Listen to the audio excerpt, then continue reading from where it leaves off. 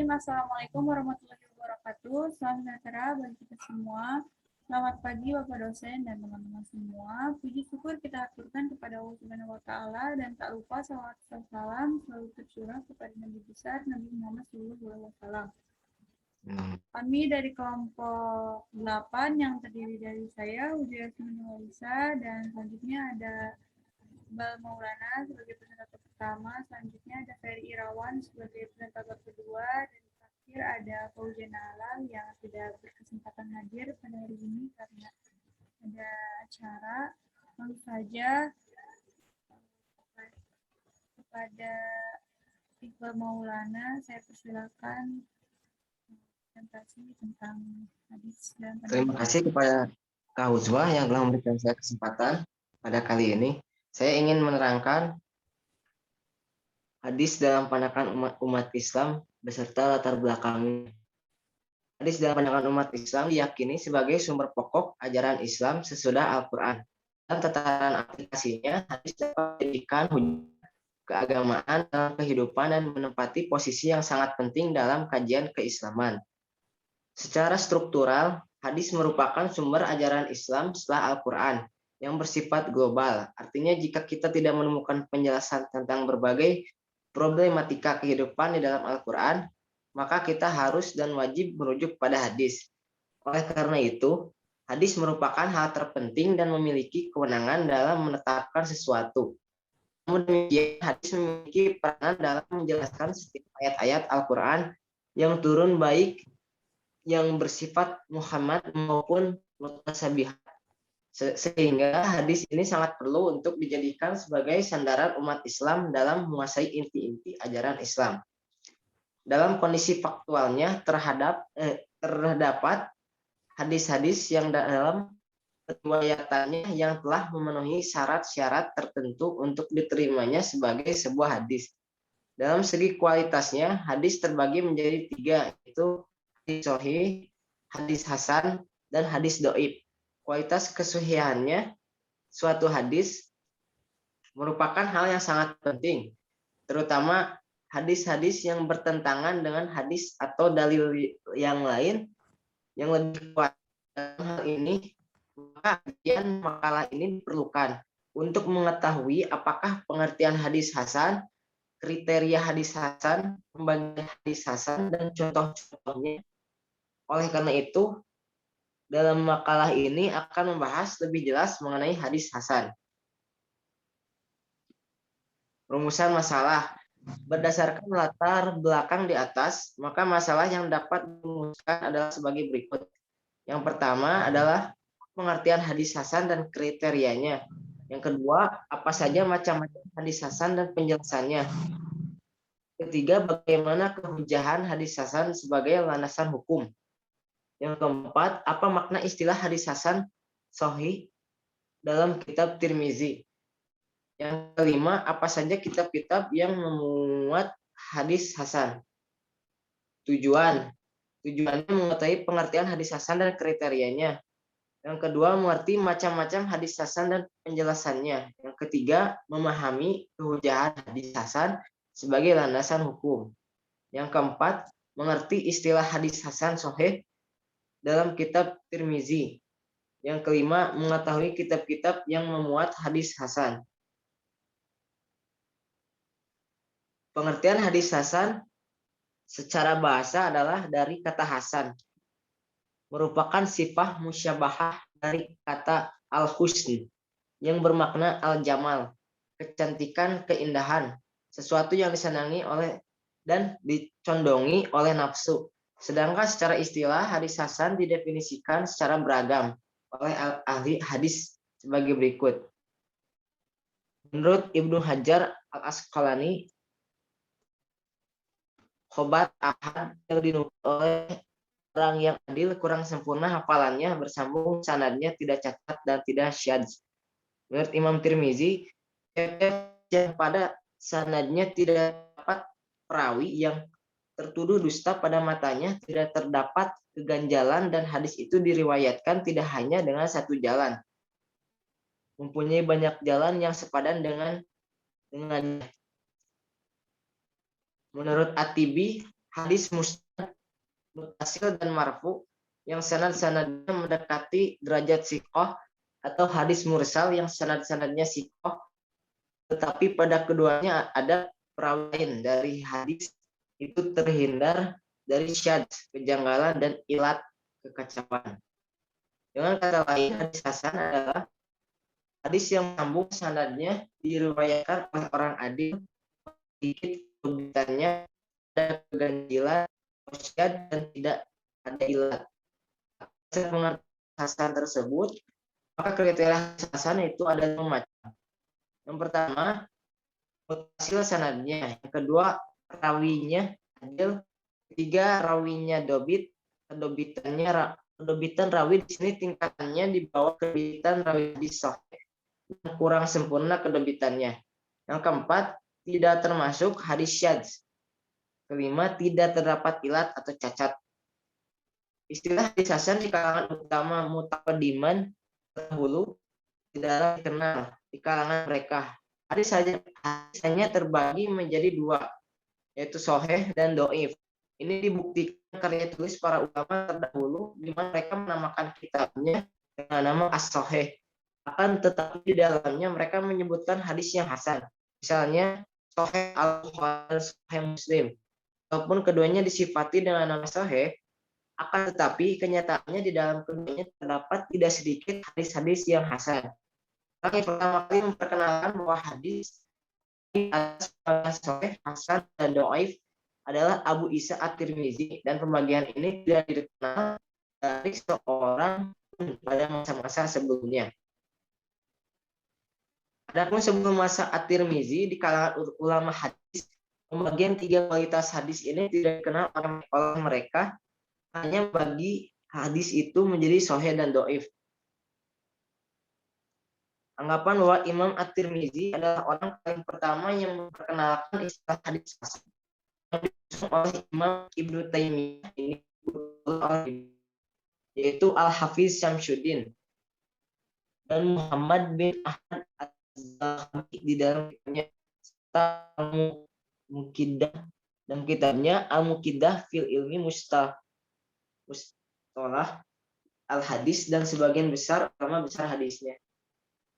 Namun pendapat Imam Ibnu Taimiyah ini ditolak oleh Abdul Fattah Abu Ghuddah pada tahqiqnya dalam kitab Al-Muqiddah fi Ilmi Mustalah Al-Hadis. Ia berkata, dan yang benar sesungguhnya penggunaan istilah hasan sudah ada dan dikenal sebelum masa Imam At-Tirmizi dalam waktu yang lama.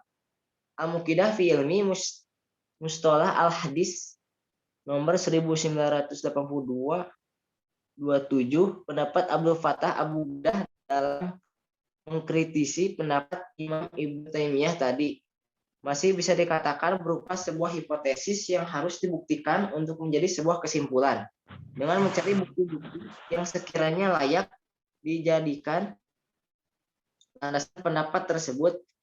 Dalam hal ini, Mustalah juga memberikan komentar yang pada akhirnya bisa dijadikan sebagai sebuah landasan dan sekaligus memperkuat pendapat Abdul Fattah Abu Ghuddah bahwa ditemukan istilah hasan pada beberapa tempat yang berbeda dari perbincangan sebagian guru-gurunya Imam At-Tirmizi dan generasi sebelumnya seperti Ahmad bin Hanbal, Al-Bukhari, dan selain keduanya. Berdasarkan keterangan dari Ibnu Soha dapat diambil sebuah kesimpulan bahwa pemakaian istilah dalam mengklasifikasikan suatu hadis berdasarkan kualitasnya sudah dilakukan oleh guru-guru Imam Tirmizi generasi sebelumnya, walaupun tidak memasyarakat. Dengan demikian, entahlah pendapat Imam Ibnu Taimiyah mengatakan bahwa Imam Tirmizi sebagai orang yang memperkenalkan istilah hadis hasan. Hadis hasan yaitu hadis hasan di dzatihi. Hadis hasan di dzatihi adalah hadis yang telah memenuhi segala persyaratan hadis hasan secara utuh. Sebuah hadis dikategorikan sebagai hasan di dzatihi karena jalur periwayatannya hanya melalui satu jalur periwayatan saja. Sementara hadis hasan pada umumnya ada kemungkinan melalui jalur riwayat yang lebih dari satu atau didukung dengan riwayat yang lainnya. Bila hadis hasan ini dijumlah dari riwayatnya satu, maka hadis hasan ini disebut dengan hadis hasan li dzatihi. Tetapi jika jumlahnya banyak, maka ia akan saling menguatkan dan akan naik derajatnya menjadi hadis sahih li ghairihi. Contoh hadis hasan li dzatihi diriwayatkan oleh At-Tirmizi, dia berkata, telah bercerita kepada kami Ibad, telah bercerita kepada kami Ja'far bin Sulaiman dari Abi Imran Ad-Dawni dari Abu Bakar bin Abu Musa al-Ash'ari. Dia berkata, aku telah mendengar ayahku berkata di hadapan musuh, Rasulullah bersabda. Dari Abu Bakar bin Abu Musa al-Ash'ari berkata, saya mendengar ayahku berkata, Rasulullah SAW bersabda, sesungguhnya pintu surga berada di bawah yang bayang pedang.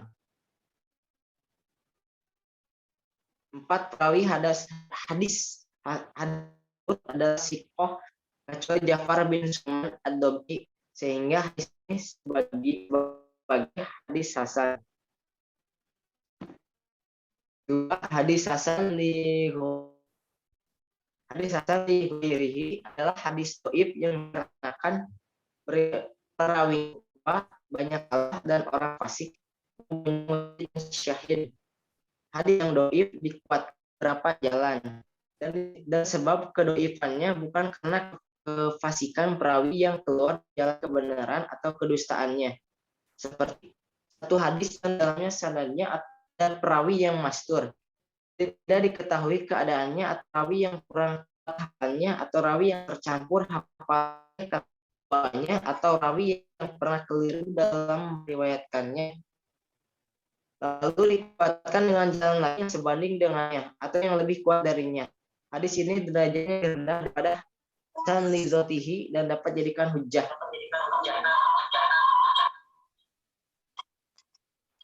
Contoh hadis hasan li ghairihi seperti hadis yang diriwayatkan oleh At-Tirmizi dan dia menilainya hasan dari riwayat Syubah dari Asyubaillah dari Abdullah bin Amir bin Rabi'ah dari ayahnya berbunyi sebagai berikut. Diriwayatkan oleh At-Tirmizi dari jalur Syubah dari Asim bin Ubaidillah dari Abdillah bin Amir bin Rabi'ah dari ayahnya bahwasanya seorang perempuan dari Nazarah menikah dengan mahar sepasang sandal. At-Tirmizi mengomentari bahwa hadis itu terdapat riwayat-riwayat lain, yaitu dari Umar, Abu Hurairah, Aisyah, dan Abu Hadrad. Dalam hal ini, At-Tirmizi tersebut hasan, karena meskipun Asim dan hadis yang diriwayatkannya itu dhaif, karena jelek hafalannya, hadis ini didukung oleh adanya riwayat-riwayat lain. Yang ketiga, kehujahan hadis hasan. Hadis hasan sama seperti hadis sahih dalam pemakaiannya sebagai hujah, walaupun kekuatannya lebih rendah di bawah hadis sahih. Hanya saja jika terjadi pertentangan antara hadis sahih dengan hadis hasan, maka harus mendahulukan hadis sahih karena tingkat kualitas hadis hasan berada di bawah hadis sahih. Hal ini merupakan konsekuensi logis dari dimensi kesempurnaan kedobitan rawi-rawi hadis hasan yang tidak seoptimal kesempurnaan kedobitan rawi-rawi hadis sahih.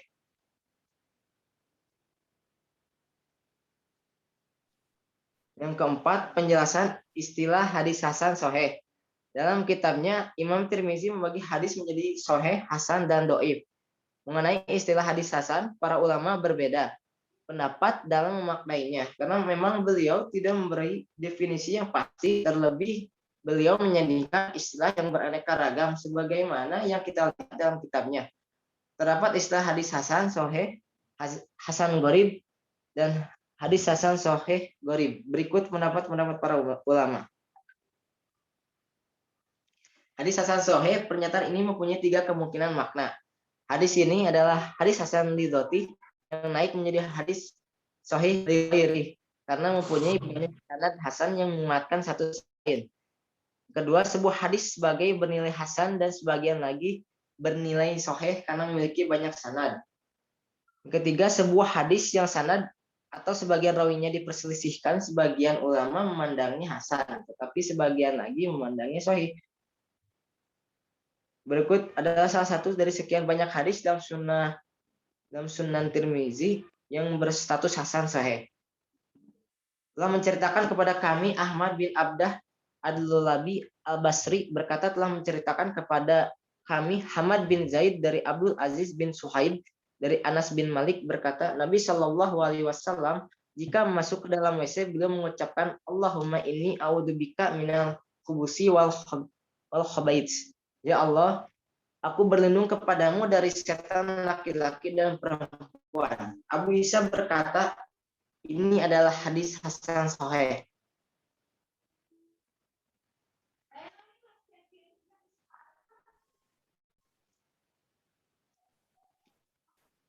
Kedua, hadis hasan gharib. Pernyataan ini mempunyai 4 kemungkinan makna. Pertama, hadis hasan yang dalam hubungannya dengan rawi tertentu hanya mempunyai 1 sanad. Ketiga, hadis yang mempunyai banyak sanad tetapi yang bernilai hasan hanya 1. Yang keempat, hadis yang mempunyai banyak sanad hasan tetapi rawi-rawinya kesemuanya satu negeri daerah. Berikut adalah salah satu dari sekian banyak hadis dalam Sunan Tirmizi yang berstatus hasan gharib. Telah menceritakan kepada kami Muhammad bin Ismail berkata, telah menceritakan kepada kami Malik bin Ismail dari Israil bin Yunus dari Yusuf bin Abu Burdah dari bapaknya dari Aisyah radhiyallahu anha. Dia berkata, apabila Nabi Shallallahu Alaihi Wasallam keluar dari WC, beliau membaca Gufronaka, aku mengharap ampunanmu. Abu Isa berkata hadis ini derajatnya hasan gharib karena kami tidak mengetahuinya kecuali ia adalah dari hadis Israel dari Yusuf bin Abu Burdah, sedangkan Abu Burdah bin Abu Musa namanya adalah bin Abdullah bin Qais Syari. Dan tidak mengetahui dalam ini kecuali hadis Aisyah radhiyallahu anha dari Nabi Shallallahu Alaihi Wasallam.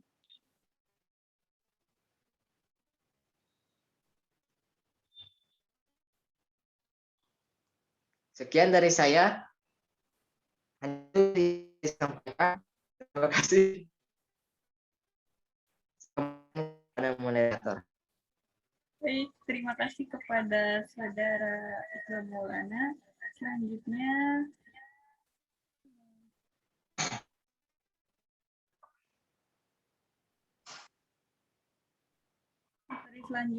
tentang macam-macam hadis hasan, silakan kepada Saudara Ferry Irawan.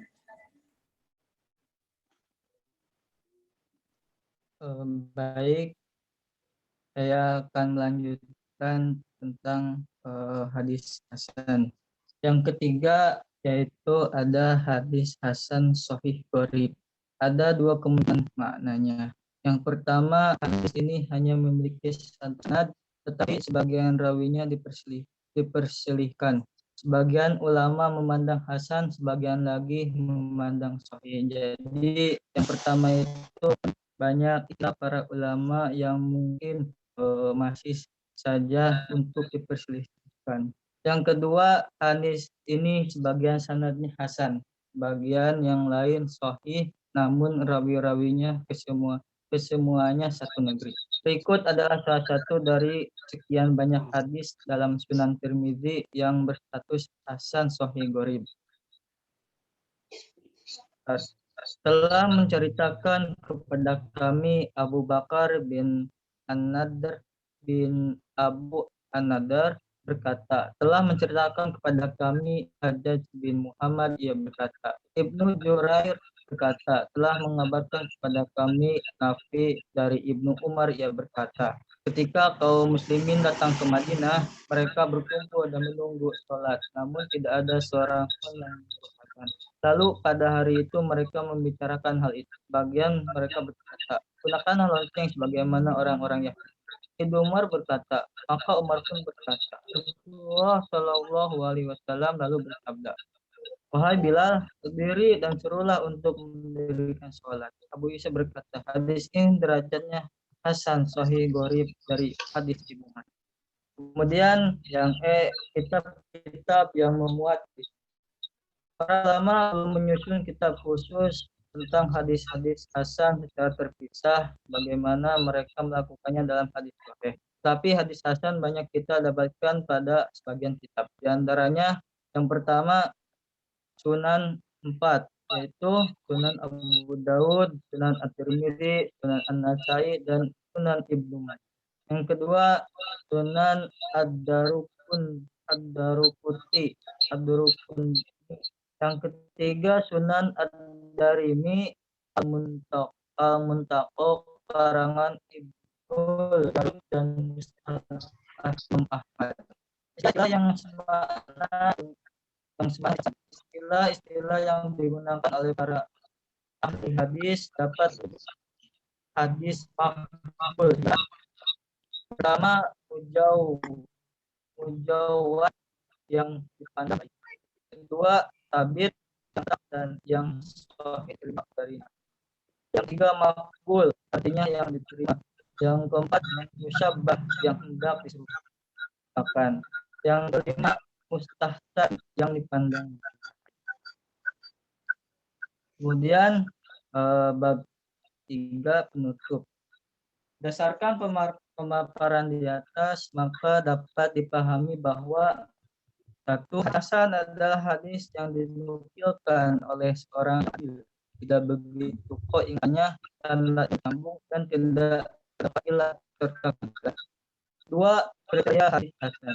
Sanadnya bersambung, rawinya ada, rawi yang dobit atau kedobitan rawi di sini tingkatnya di bawah kedobitan rawi hadis sahih, yakni kurang sempurna kedobitannya. Tidak termasuk hadis had, tidak terdapat ilat atau cacat. Tiga, para ulama sebelum At-Tirmidzi membagi hadis pada dua bagian saja, yaitu hadis hasan dan hadis dhaif. Kemudian hadis dhaif dibagi dua macam, yaitu dhaif yang tidak tercegah pengamalannya dan dhaif yang wajib ditinggalkan. Barangkali dhaif pertama menurut ulama dahulu atau ulama mutaqaddimin dahulu inilah yang disebut disebut hasan al-Tirmidzi.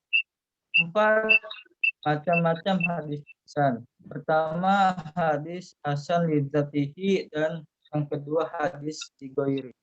5, kehujahan hadis hasan. Menurut seluruh fuqaha atau ulama ahli fikih, hadis hasan dapat diterima sebagai hujjah atau argumentasi dan diamalkan walaupun kualitas hadis sahih. Ini pendapat kebanyakan hadisin atau ulama hadis dan ahli usul jamaah. 3, hadis hasan banyak kita dapatkan pada sebagian kitab, di antaranya Sunan Abu Daud, Sunan Tirmidzi, Sunan Nasai, dan Sunan Ibnu Majah. Sunan Ad-Daruqutni, Sunan Ad-Darimi, Al-Muntaqo Ibnu Jarud, Musnad Imam Ahmad. Mungkin hanya itu yang dapat saya sampaikan. Terus lagi. Baik, terima kasih kepada Saudara Ferry Irawan. Selanjutnya mengenai kitab yang memuat hadis hasan, saya akan membacakan penjelasan kitab-kitab memuat hadis hasan. Para ulama belum menyusun kitab khusus tentang hadis hasan secara terpisah sebagaimana mereka melakukannya dalam hadis sahih, tapi hadis hasan banyak kita dapatkan pada sebagian kitab. Di antaranya yang pertama itu ada Sunan 4, Sunan Abu Daud, Sunan At-Tirmidzi, Sunan An-Nasai, dan Sunan Ibnu Majah. Berikutnya yang kedua ada Sunan Az-Zawruti, dan yang ketiga ada Sunan Ad-Damiri karangan Ibnu Jahul, dan Musnad Imam Ahmad.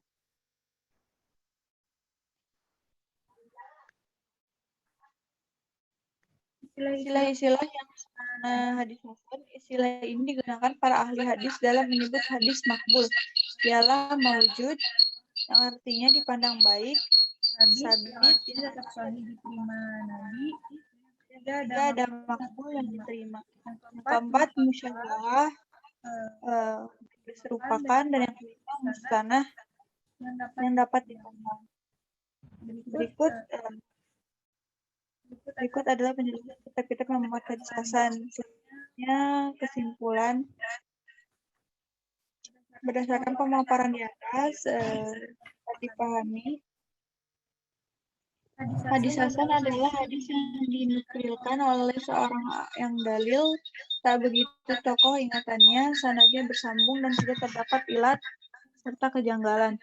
Yang kedua, karakter hadis hasan, sanadnya bersambung, rawinya adil, rawinya sabit. Kedapatian rawi di sini tingkat kedabitan rawi hadis sahih. Yakni kurangnya sempurna kedabitan tidak termasuk hadis syahad, tidak terdapat ilat atau cacat. Yang ketiga, para ulama at-Tirmizi membagikan hadis kepada dua bagian saja, yaitu hadis sahih dan hadis dhaif. Kemudian hadis dhaif dibagi menjadi dua macam, yaitu dhaif yang tidak tercegah pengalamannya dan dhaif yang wajib dikendalikan barangkali. Dhaif pertama menurut ulama dahulu inilah yang disebut hasan oleh Al-Tirmizi. Baik teman-teman, cukup sekian presentasi dari kelompok 8. Kurang lebihnya saya mohon maaf apabila ada kesalahan maupun perkataan ataupun perbuatan. Sekian dari kelompok kami. Saya tutup dengan doa. Rabbana atina fid dunya hasanah wa fil akhirati hasanah wa qina adzabannar. Assalamualaikum warahmatullahi wabarakatuh.